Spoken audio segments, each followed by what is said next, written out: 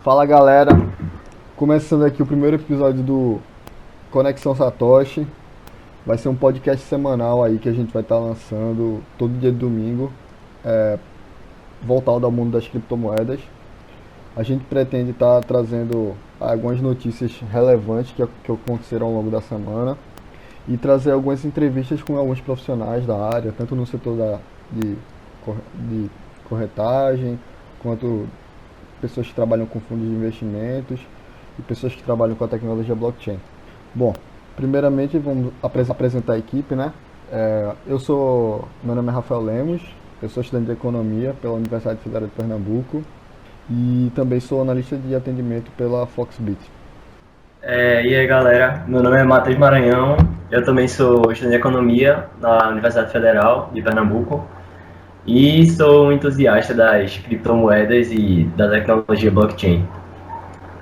Opa, galera, meu nome é Caio Sales, eu sou estudante de medicina pela Universidade de Pernambuco, mas conheço as criptomoedas há algum tempo, há uns 2 anos, e venho desde então me interessando bastante pela tecnologia blockchain e criptomoedas no geral. Bom, a primeira notícia agora que a gente vai tratar no nosso Conexão Satoshi é a China, que primeiramente elas baniram as ICOs e exigiram que elas fossem reembolsadas aos clientes, né? O governo chinês exigiu um licenciamento adequado para as ICOs e também um licenciamento adequado para as corretoras para que elas pudessem funcionar. E exigiu que até o dia 30 de setembro as corretoras fossem fechadas, com exceção das duas maiores, que são a OKCoin e a Huobi, que receberam permissão para atuar até o dia 30 de outubro. Bom, essa Mas calma, regulação. elas foram. Elas têm que se adequar à regulamentação, elas foram banidas. Pelo que eu entendi, Não, foram banidas. elas têm, se elas quiserem operar, elas têm que ter um licenciamento adequado. E elas receberam, tipo, até o dia, tipo, como elas não têm o licenciamento adequado para serem corretoras, elas receberam até um prazo de até dia 30, tipo, 30 de setembro pra parar, tá ligado? Tipo, ó, é tipo como se fosse uma ordem de despejo, tá ligado? Tipo, o cara, se quiser continuar na casa, tem que pagar tudo que tem que ser pago, todas as obrigações dele. Mas ele tem o prazo de até tanto pra fechar tudo, tá ligado? Pelo menos é Pelo, isso. pelo, pelo que eu entendi, é o Talvez eu. seguinte. Eu acho que são duas coisas separadas, né? Assim, eu acho não, de fato são duas coisas separadas. Uma foi o que aconteceu com as ICOs, ou ICOs, que para quem não conhece, são as Initial Coin Offerings, né? Muito parecido com o que acontece no mercado financeiro, onde as empresas disponibilizam parte dos seus recursos antes de serem abertos ao público em geral. Eles negociam para uma pequena gama de investidores, para angariar fundos, enfim. Isso aí na China foi de fato banido. Isso aí foi proibido porque isso deveria estar sendo regulado, alguma coisa assim, por uma entidade governamental que media esses fundos de investimento e arrecadação. Eu acho que o que aconteceu com as exchanges, pelo que eu entendi da notícia, é que elas têm uma ordem de fechar e parar o funcionamento dela da forma como elas estão funcionando hoje e que futuramente vão ser estabelecidas sanções e regulações para que elas funcionem de determinada forma. O que eu acho é que vai valer mais a pena para elas fugir da China do que se manter lá e arcar com essas regulações. Que foi o que aconteceu, né? A gente já viu aí a China, para quem não sabe, era até a semana passada, ocupava o posto, né, de maior mercado de câmbio de Bitcoin, mas depois dessa regulamentação aí por parte do governo chinês, o Japão passou a ocupar o posto que era anterior à China, né? O Japão agora tem participação de 50,75% do mercado, no mercado de câmbio global de criptomoedas. E boa parte dos analistas atribuem justamente ao fato de que as pessoas estão migrando da China para o Japão, né? Para conseguir um ambiente mais tranquilo para conseguir comercializar e fazer as negociações.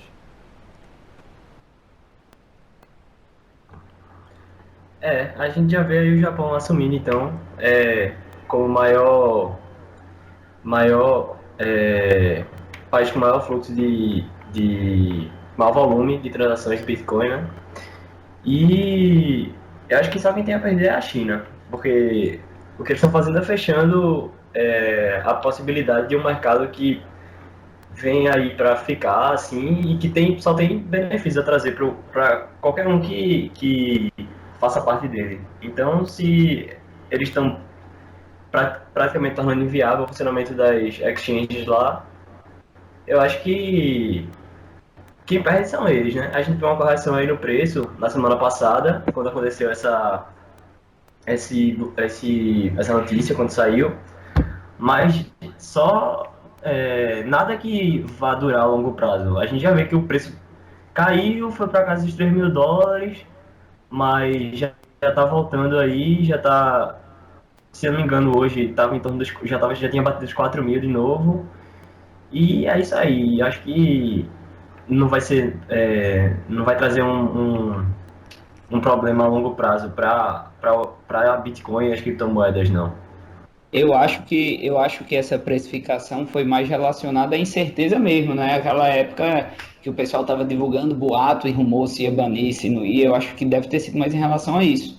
Porque pensando na China perdendo uma grande fatia de mercado a longo prazo, isso é bom demais para o Bitcoin, porque você tira essa característica centralizada que tem hoje, né? Quase mais da metade da mineração do Bitcoin hoje é feita na China. Então você tem um caráter centralizador, né? Isso vai ser bom para dar um maior grau de resiliência à moeda a longo prazo. Eu vi muita gente discutindo justamente isso, né? Que a grande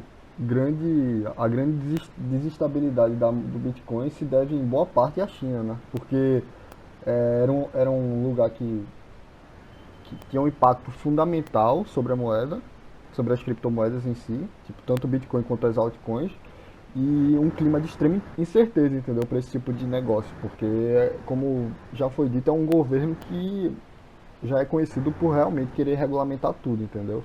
Inclusive, proibir determinados sites de internet por lá. Então, eu acho que foi bom, porque foi para um lugar que é muito mais propenso a que a criptomoeda se desenvolva, né? Que é o Japão. E eu acabei de ler aqui no Twitter saiu há pouco tempo aqui no Cointelegraph que a China vai é, crackdown, tipo, ir atrás de todos os trades de Bitcoin, inclusive P2P. Só acrescentando aí. Vamos ver até onde vai dar, né? Porque não sei, eu não sei até que ponto um governo consegue parar uma tecnologia, consegue. Não sei. Minha opinião, minha opinião, P2P é imparável. Eu não acho que, por mais que eles tentem caçar P2P, isso aí não, eles vai ser em vão. Para mim, a característica mais forte do Bitcoin é que o P2P é imparável. Mesma coisa de você tentar parar o torrent, vamos dizer.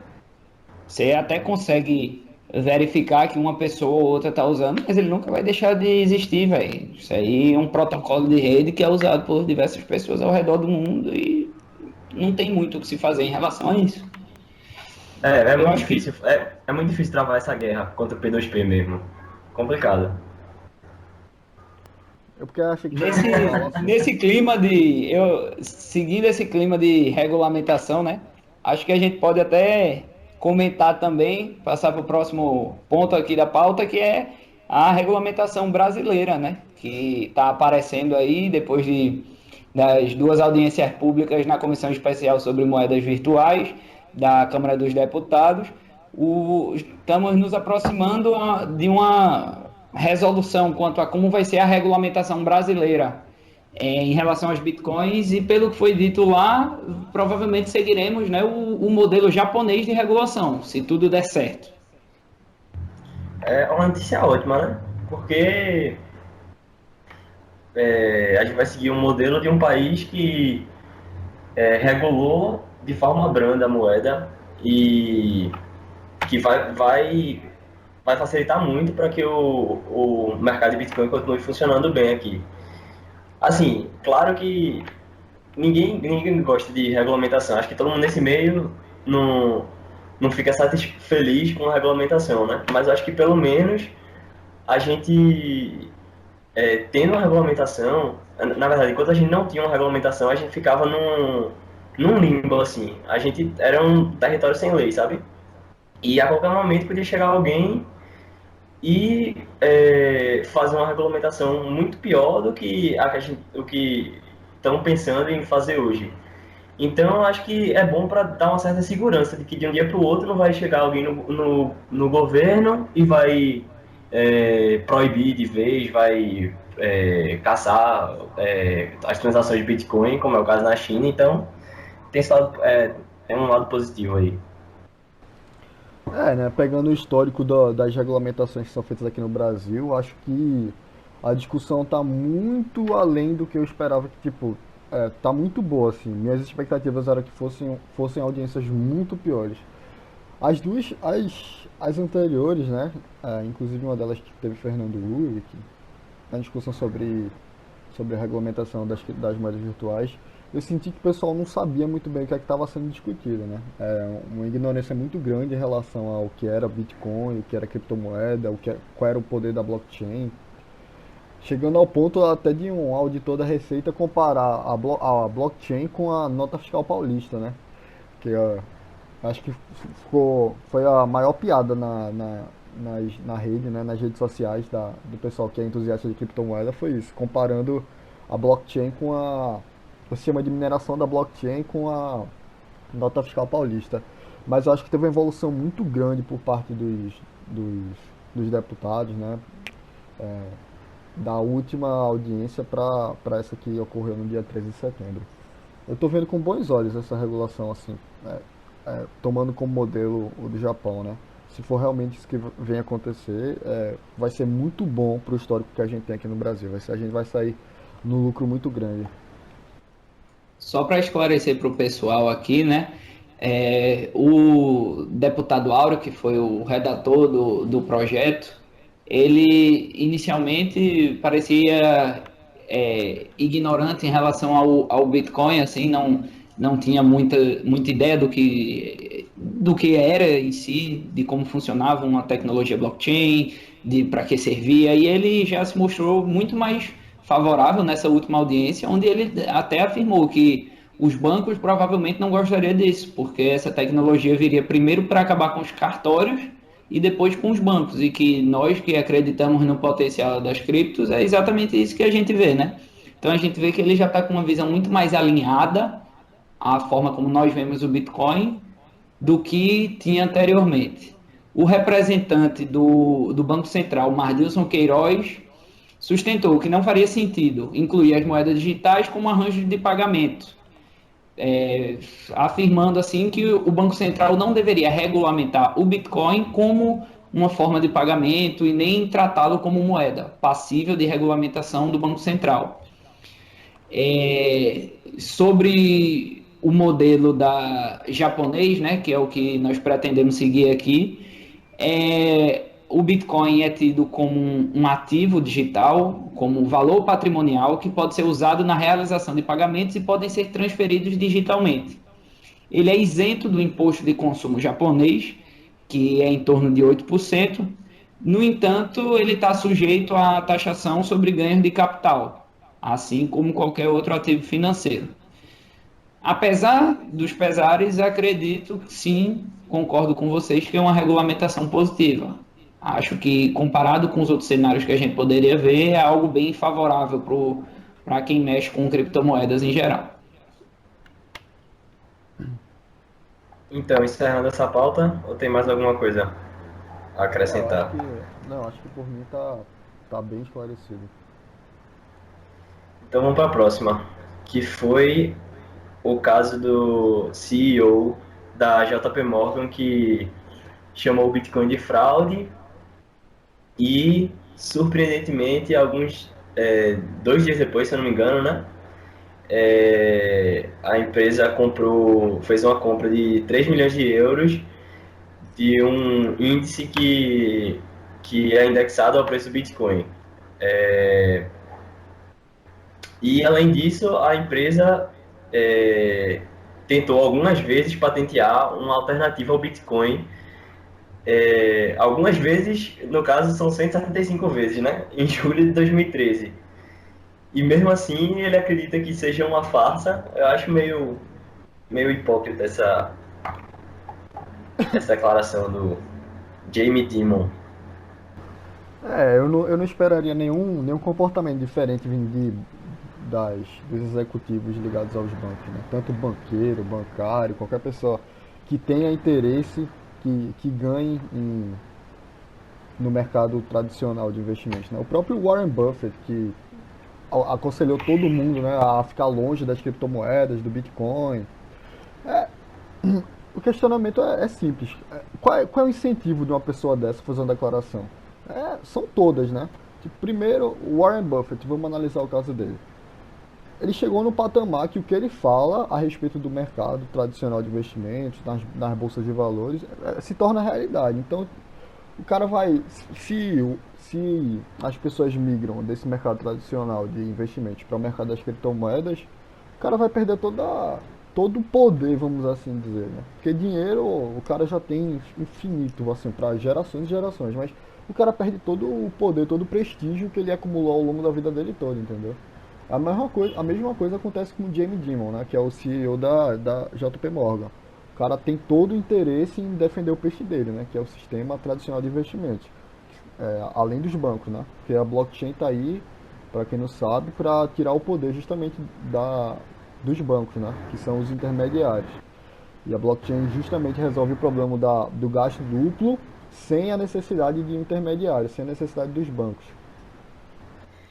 Só para acrescentar aí que eu não falei na introdução da pauta, que a JP Morgan é um conglomerado de empresas financeiras que tem várias empresas espalhadas pelo mundo. Mas diga aí, Caio, só para acrescentar mesmo.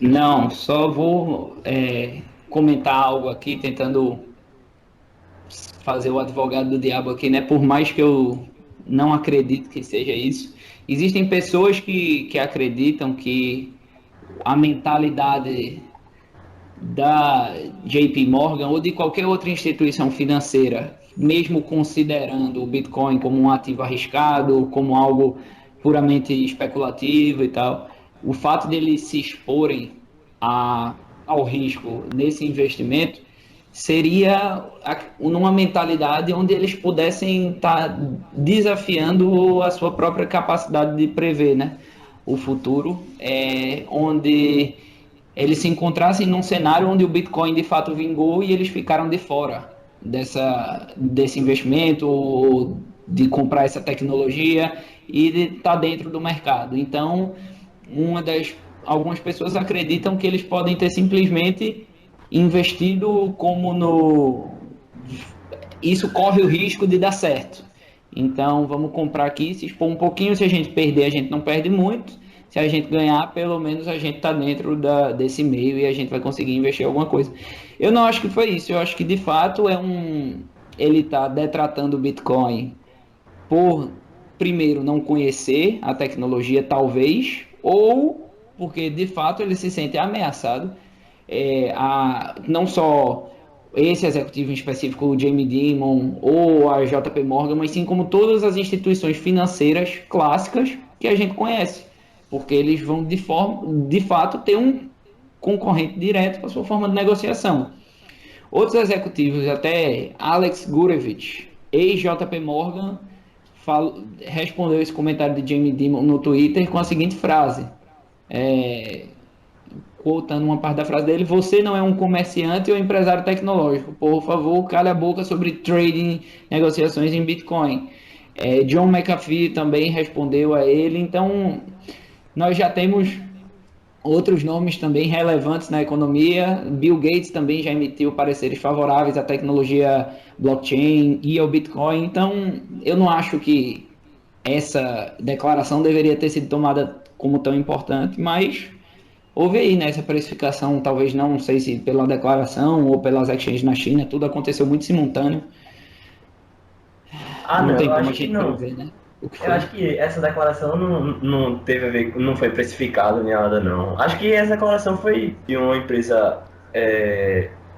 empresa como a JP Morgan, não fosse dar uma declaração dessa, sabe? Então, acho normal. Acho que para a maioria das pessoas passou, não teve impacto nenhum, sabe? Mas a gente tem que lembrar só uma coisa, né, que ultimamente a gente vem tendo um aporte grande de investidores, vamos dizer assim, que não conhecem tanto a tecnologia blockchain. A gente teve até essa febre aqui no Brasil depois que a Empíricos contratou o Fernando Uri, que começou a É, divulgar Bitcoin. A realmente. gente vê pessoas que não conheciam a tecnologia, não sabe para onde vai, não sabe de onde veio, só viu o preço nas alturas e entrou e comprou, né? Quando você vê uma declaração como essa, para essas pessoas que não conhecem a tecnologia, que não sabem no que estão colocando dinheiro, ou qualquer coisa desse tipo, talvez de fato elas se sintam até um pouco inseguras, vamos dizer assim. Mas, claro que para as pessoas que sabem onde estão pisando, isso é insignificante. Isso é que eu acho que é o importante da gente fazer esse podcast, entendeu? Uma grande motivação minha para realizar esse podcast é justamente isso, levar informação às pessoas que investem no Bitcoin. Porque eu sinto muito isso, as pessoas veem um preço subindo e querem entrar porque acham que vão enriquecer com aquilo. Mas não é bem assim, você tem que saber por que o preço sobe, porque o preço cai, qual é o momento bom, o que é que está acontecendo, quais são os incentivos das pessoas denegrirem o Bitcoin, chamar de fraude, etc. Saber diferenciar o que é um investimento em Bitcoin, tentar escapar dos golpes, né, que são as pirâmides, os esquemas Ponzi, que muitas pessoas tentam meio que misturar o significado de Bitcoin com pirâmide, não sabe muito bem do que está falando, para deixar bem claro, né? Bitcoin não é pirâmide, mas muitos piramideiros usam o ativo Bitcoin para atrair pessoas para esquemas de pirâmide, né? Então é isso aí, a gente tem que educar os investidores nas criptomoedas a saberem diferenciar essas coisas. Por falar em golpe, né? Em roubo, coisas desse tipo, a gente tem uma pauta interessante aqui para colocar para vocês, que é a nova Exchange Wax, né? Hosteada na Nova Zelândia, que não parece ser tão nova assim. A UX ela é vinculada diretamente à antiga BTCE ou BTCE, antiga exchange russa que já chegou a movimentar 3% do volume total de bitcoins movimentados em exchange no mundo, né? Essa exchange foi fechada em julho desse ano, 2017, por causa de lavagem de dinheiro. Houveram acusações de lavagem de mais de 4 bilhões de dólares dentro da exchange, e aí o FBI e as autoridades americanas acabaram por fechar o site e pedir extradição do antigo dono, Alexander Vinnik. A instituição BTCE especificamente foi multada em mais de 100 milhões de dólares e parte dessa multa, não lembro quanto agora exatamente, também foi imposta ao antigo dono, Alexander Vinnik. Esse cara, o próprio Alexander Vinnik, já houveram boatos e rumores de que ele estava vinculado de alguma forma àquele hack que houve uns 5 anos atrás daquela exchange MTGOX, né, que na época era quase hegemônica, a exchange que mais negociava bitcoins no mundo, praticamente a única. E foi um hack onde muitas pessoas perderam de fato todo o seu dinheiro, foi algo significativo.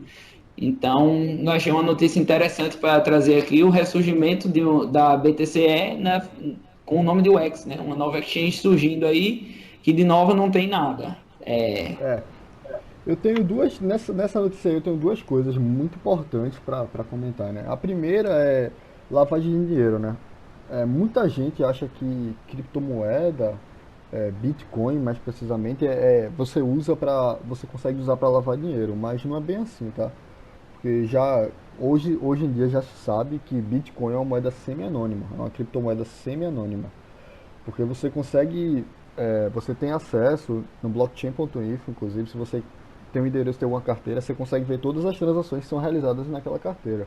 Você só não, o único problema é que você não sabe quem é o dono daquela carteira, mas você consegue rastrear as transações que são feitas. Prova disso é o que aconteceu com os donos da Silk Road, né? Para quem não sabe, Silk Road era um site que comercializava drogas ilícitas na Deep Web e aceitava Bitcoin como método de pagamento.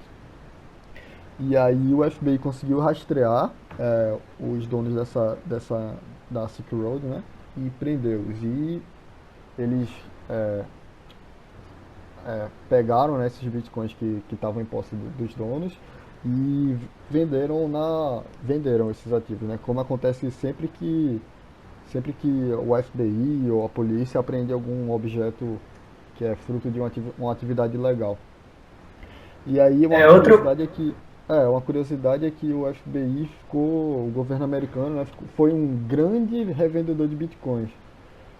Só para terminar aqui, a segunda coisa que eu queria falar é esse roubo aí na Exchange MT-Gox só mostra mais uma vez para os investidores de criptomoedas o quanto é importante você não deixar seus bitcoins, suas altcoins, o que você usar em corretoras.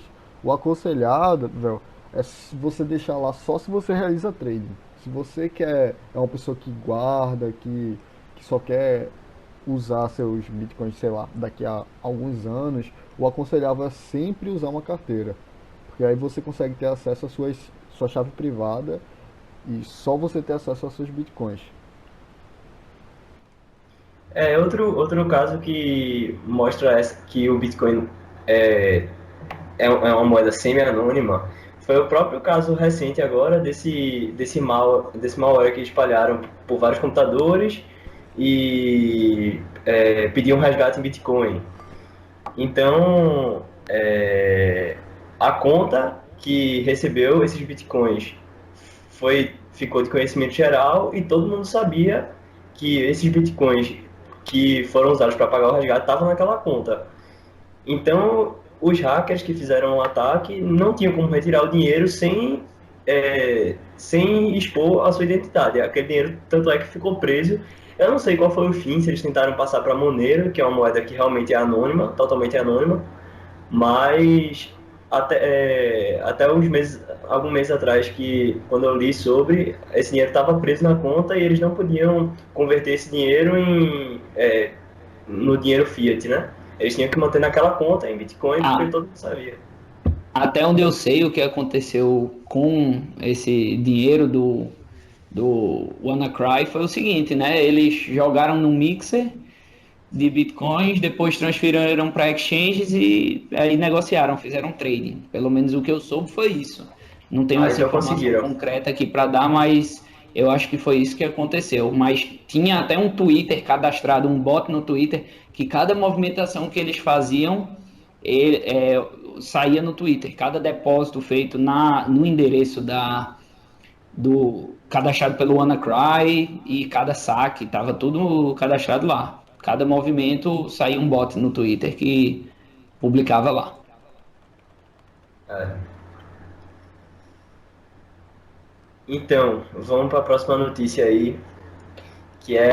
Deixa eu só fazer alguns comentários aqui ainda acerca da UX. É o Vai lá. seguinte, ela, para o pessoal que já era cliente da UX, né? Ela vai disponibilizar, como ela foi fechada justamente em julho, que foi pré aquela época do fork do Bitcoin, Bitcoin Cash, toda aquela confusão, suas carteiras acabaram que elas tinham muitos bitcoins em carteiras físicas, cold wallets, essas coisas, e eles estão de posse de muitos bitcoin caches que foram provenientes do fork. Eles disseram que vão disponibilizar esses bitcoin caches aos seus clientes aos poucos, através de uma solicitação por e-mail, de pagamento desse bitcoin cash, e vão fazer uma possível emissão de tokens da própria exchange para os clientes que se sentirem lesados, né? E vejo isso aí como bastante positivo. Aí é a exchange querendo limpar sua imagem. Vamos ver como vai ser isso aí daqui para frente. Vamos aguardar mais notícias. Então, posso dar a próxima, né? É, a Estônia está aí com a ideia de lançar a sua própria criptomoeda, é, mas bate de frente com a regulação da União Europeia que proíbe qualquer país pertencente à zona do euro de ter algo similar a, a uma moeda alternativa. Então, eles estão aí nesse dilema e que é exatamente o caso que aconteceu na Grécia recentemente, que a Grécia queria, exatamente não, mas similar, né? A diferença é que a Grécia queria criar uma moeda alternativa, uma moeda fiat, e a Estônia quer criar uma moeda, uma criptomoeda que vai ser distribuída entre os seus residentes, que na verdade são os seus e-residents, que e essa moeda vai ser distribuída entre todos. E pelo que eu entendi, é, pela minha opinião, eu acho que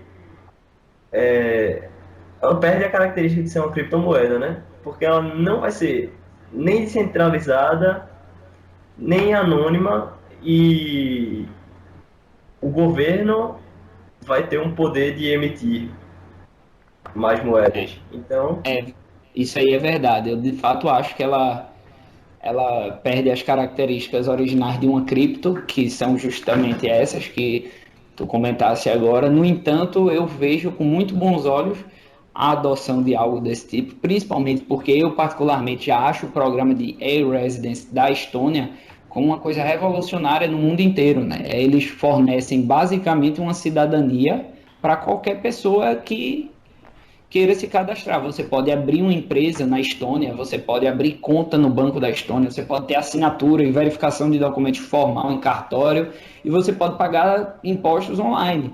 E eu acho que a grande barreira que a União Europeia está colocando é justamente nessa parte de arrecadação e bônus. Eu nem acho que a parte de tipo dar benefícios em Estcoin especificamente seria a restrição da União Europeia, mas sim na forma de arrecadação de tributos, que pela zona do euro é dito que o Estado tem que usar a currency euro, né? Isso faz parte da União Europeia. Mas como a gente já viu aí, tem países, por exemplo, Inglaterra fez parte, e faz ainda, está querendo sair agora, mas faz parte da União Europeia e usa a libra esterlina, uma moeda própria.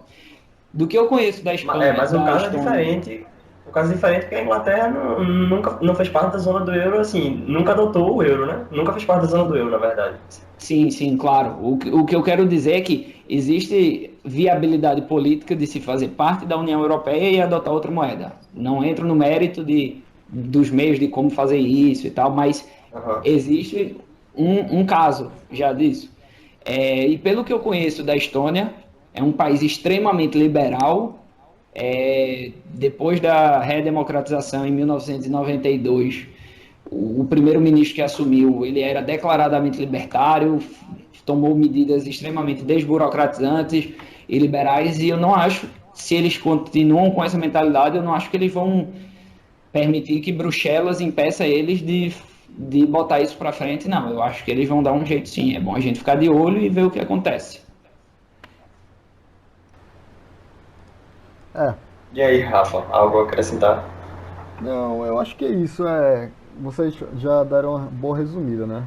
Perde um pouco do caráter de criptomoeda, é mais realmente mais um token, né? Mas já é admirável um país já emitir uma opinião favorável ao Bitcoin, às moedas virtuais. Por mais que não seja exatamente as moedas virtuais que ele esteja adotando, já é uma mudança de postura, que é melhor do que nada. Ou melhor do que o caso da Namíbia, que vai ser o próximo tópico aqui, né? Enquanto a Estônia está querendo já regularizar um token como moeda no país, a Namíbia, por outro lado, diz que compras com moedas virtuais são ilegais. Ou seja, você não consegue comercializar bens e serviços lá por moedas virtuais. Se você fizer isso, basicamente você está fazendo, fazendo atividade ilegal, né? Ou seja, vai ser julgado por essas atividades lá de acordo com com a legislação da Namíbia. E além disso, corretoras de criptomoedas não são aceitas no país africano. O mais interessante é que o argumento deles é que a Lei de Controle de Câmbio da Namíbia de 1966 não prevê o estabelecimento de casas de câmbio ou departamentos de câmbio virtuais na Namíbia. Ou seja, os caras estão pegando uma lei altamente ultrapassada para tentar proibir uma coisa que é revolucionária, entendeu? Que não tem como há 50 anos atrás, praticamente, as pessoas preverem que algo do tipo poderia acontecer. Então, é bizarro, né? É bizarro, porque primeiro você acha que, tipo, primeiro você impõe a ideia, impõe a noção que tudo que é permitido, que possa acontecer no país, tem que estar previsto por lei. Segundo que, como é que uma pessoa há 50 anos atrás vai conseguir prever o que a tecnologia vai fazer daqui a 50 anos? Eu não sei o que a blockchain vai proporcionar pra gente daqui a 5 anos. Imagina as leis da Namíbia, né? Mas outra coisa que eles usaram para argumentar contra as criptomoedas é que elas facilitam a lavagem de dinheiro e moedas que não têm apoio do governo apresentam falhas, né? Então, basicamente, as criptomoedas, como não têm apoio do governo, elas não podem ser aceitas na Namíbia. Eles falaram também, estavam dizendo que as criptomoedas podiam lesar a macroeconomia do país. Então, assim, você já tira por aí, né? Os caras bastante interventores na economia e acreditam que com a criptomoeda, Escola econômica dos inflacionistas. Ciro Gomes e companhia. Enfim, eu acho que não tem muito o que falar dessa notícia, não. É ruim só porque é, nesses países que tem muita intervenção é exatamente onde podia se beneficiar mais de uma criptomoeda, né? Porque a criptomoeda vai dar garantias de que o meio de troca que eles usam lá não é. Daqui a um ano a inflação não vai ter uma inflação de 1000%, sei lá. Porque esses países o governo emite dinheiro a toda hora, né? Aí fica complicado. Não tem nem como o país se desenvolver economicamente se você não tem estabilidade monetária. Outra questão que eu acho válida comentar é justamente o que Rafael tinha falado no começo. Acho que é importante a gente reforçar isso. O quão absurdo é você querer prever todas as situações possíveis das interações humanas através de uma lei, né? Você querer positivar uma lei para o que pode acontecer. O argumento usado foi justamente esse, que a lei do controle de câmbio da Namíbia não prevê o estabelecimento de casas de câmbio virtuais e de negociação desse tipo de moeda. Ora, então toda lei, toda ação humana, todo negócio novo, ele tem que ser previsto em lei, aprovado pelo Congresso e ser regulamentado para poder acontecer. A função da lei é proibir aquilo que ela positiva, tudo aquilo que ela diz que é errado, e não proibir tudo aquilo que ela não diz que é certo. Eu acho que isso aí é uma questão importante da gente ressaltar para a gente conseguir analisar melhor futuramente qualquer medida de lei que aconteça aqui ou fora, né? Eu acho que é um caminho de análise interessante.